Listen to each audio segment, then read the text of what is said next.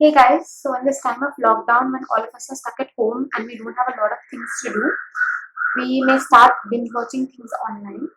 But it's a lesser known fact and a sad truth that everything available to us online isn't good for us to watch. So why don't we head on to our friendly neighborhood shrink, Dr.Kersi Chavda, who will tell us the do's and don'ts of online watching. Hi, these are not normal circumstances.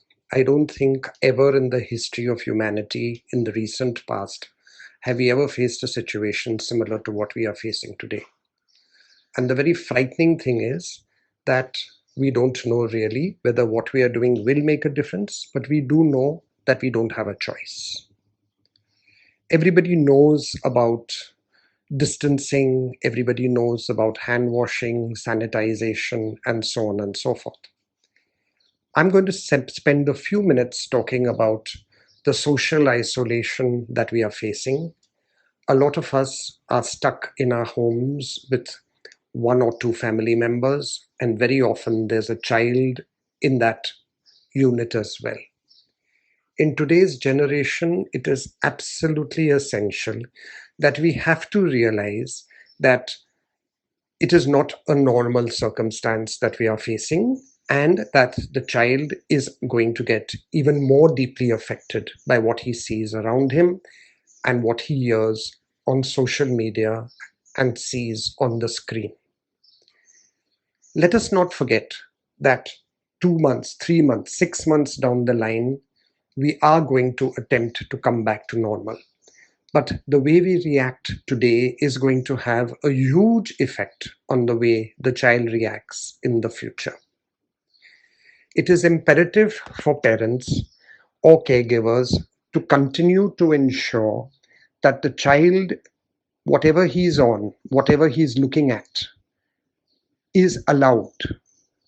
In our whole idea of looking after ourselves and stocking up on our rations and ensuring that our vendors are looked after, let us not forget that basic discipline has to continue. We have to ensure that whatever the child is seeing is appropriate for the child at that level. As a corollary, it would be a good idea to restrict the amount of time that the child spends on social media. We know that adults are freaking out at the amount they're seeing.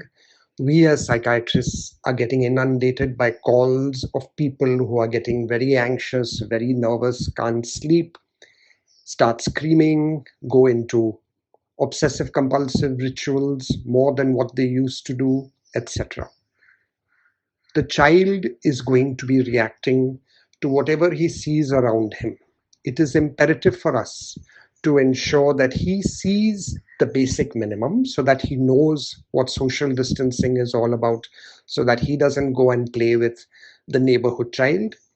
But it is also imperative for us not to give him sensory overload, because he will not then be able to cope.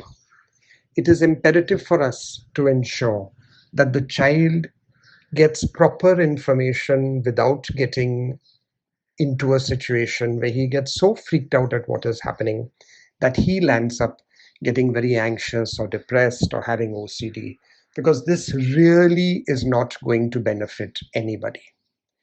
And do realize that if you feel that your child is losing control in a number of ways of what is happening to him, it is imperative that you seek the help of a qualified psychiatrist or another mental health worker to ensure that the stuff that we see on social media, which is not authentic in terms of treatment, not be what is followed.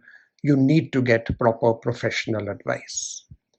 So enjoy your stay to the utmost that you can by enabling proper bonding to happen with the kid.